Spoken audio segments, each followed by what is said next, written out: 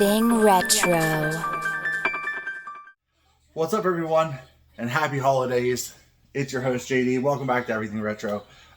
Today, I got my holiday shirt on, and I got an amazing Geek Fuel box. Man, I love this thing. I'm not a green guy, but man, there's so much cool stuff that remind me of a kid. When I was a kid, love this. Love this shirt. I'm bringing something special to you.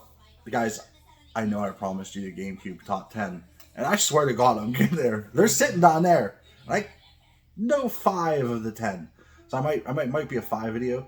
But this is a top 5 video, and this video is a little something special for me. This video is focused on the top 5 games that I can remember getting for Christmas that just were wow to me. And I just wanted to bring them to you. I love talking about nostalgia, and for me, this is kind of those things that video game wise that I can look back and be like, holy crap, man, I remember unwrapping it and opening it and being like, oh my goodness. So let's get started, and let's get started with the first system that I ever had, and I know it's gonna date me, but that was the NES. I grew up in the 80s, and so I grew up with the NES, and so the first couple of games I ever got in my life that I got to open were NES games, and so I picked 2 of them. There's a couple. I know I'm still missing one. I really need to get Caveman games. It's an NES game. I need it for the collection. It's one of the games I can remember as well opening as a kid. But for me, I just grabbed 2 that for sure stuck out. First one is Marble Madness. I remember getting this and opening this and being like, what is this? What is this? I think it came from my grandmother or my uncle, and I was like, what the hell is this? And then I started playing it, and I was like, holy crap, this is really cool, but it is hard as hell. With a small square controller, this game is crazy hard, especially as a kid. I mean, oh my goodness, it was tough, and even this day, it's still really hard. It's a hard game, but it is a blast. It's a great game. It's a fun game to just kind of throw in, and we'll get frustrated at. But it's still a fun game. I really like it. The next game for the NES, let me pull the sleeve off it. And this is probably a lot of people, especially, it's probably on a lot of people's nostalgic lists. And it was on my top 10 list, and that is Super Mario 3. Super Mario 1, it came with the system with Duck Hunt. Could that be higher than this? Sure. But for me, 3 was the one. 3 was the one that was so mind-blowing because it had, I was starting to play RPGs, but it had that really cool world system in it. You had the transformation and the Tanuki suit. For me as a kid, it was amazing. And the yellow box. Come on. As a kid, you unwrap something and you just have this yellow box with Mario staring at you. Come on now, that's amazing, and that's why I had to add this to my list. So that's it for NES. And trust me, there could have been a lot more, but I at least wanted it to be probably the 3 biggest systems that I most remember getting things for. Next would have been for me. I'll just pull it, and that is Nintendo 64. As you guys know, I am pretty nostalgic for Nintendo 64. A lot of it falls on my friend. He had a ton of games. I had the Sega. He had the Nintendo 64. He had tons and tons of games.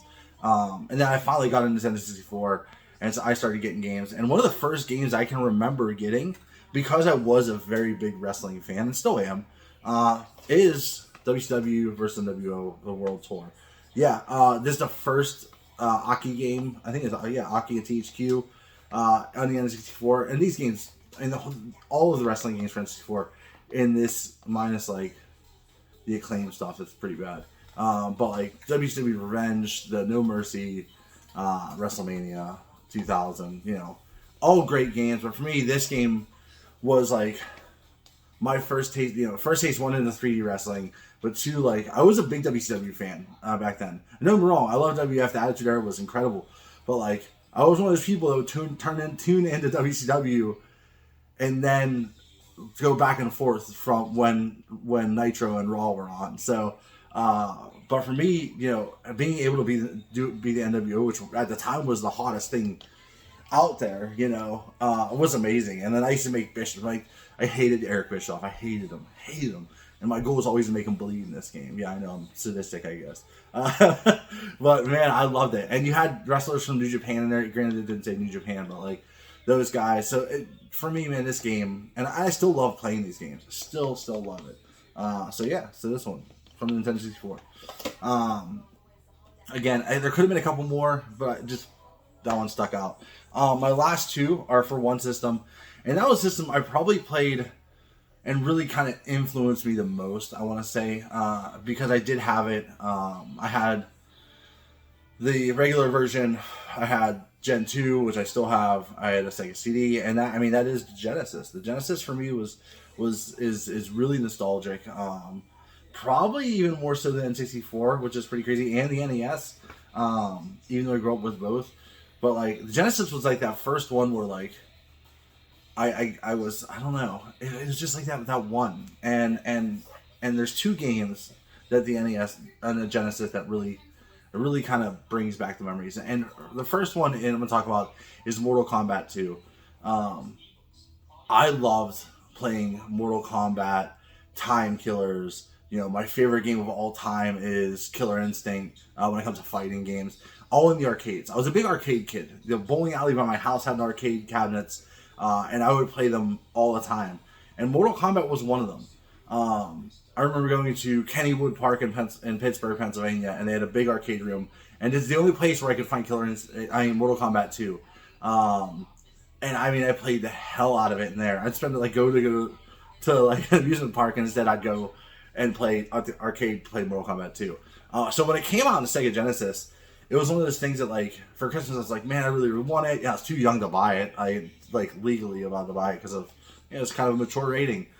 And I was, you know, asking for it, and I was like, and my family is amazing. And I remember my uncle was like, hey, I got you a Christmas present. And I opened it, and Mortal Kombat 2 it was. And, man, I remember popping it in that day and just constantly playing it. So, yeah, Mortal Kombat 2. Pretty awesome.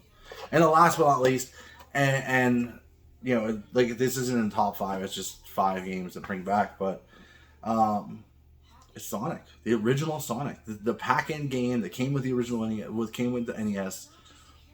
This was my first game on the Sega. It was probably a lot of people's first games, but man, it made an impression. The speed, the visuals, the pixel, like, man, it's amazing. I love Sonic. I still love Sonic. I collect Sonic. You can't see them, but they're up here. Sonic Funko Pops and Sonic statues and you know, I love Sonic. Sonic for me was that, like, first franchise. What was it? I'm having a brain fart here. But icon, mascot that, like, really caught my attention and resonated with me, and yeah, Sonic, the whole series, Sonic 1, 2, 3, you know, Knuckles, I love it. I will still play this. I buy this for the new gen systems every time it comes out because I just love them. I love playing Sonic games, and yeah, Sonic. So I hope you guys like my little, like, holiday nostalgia list. I hope everyone has a great holiday and a safe holiday, and a happy new year, everyone, as well. And I promise I will get the GameCube out before the new year. I promise. That's my promise to you guys. So until next time, guys, thank you so much for watching. I really do appreciate each and every one of you guys. And comment down below. Hey, let me know what game or a couple games or system even that brings back that most nostalgic, like, holiday vibe to you, if that makes any sense. Until next time, guys, stay retro, and see you later.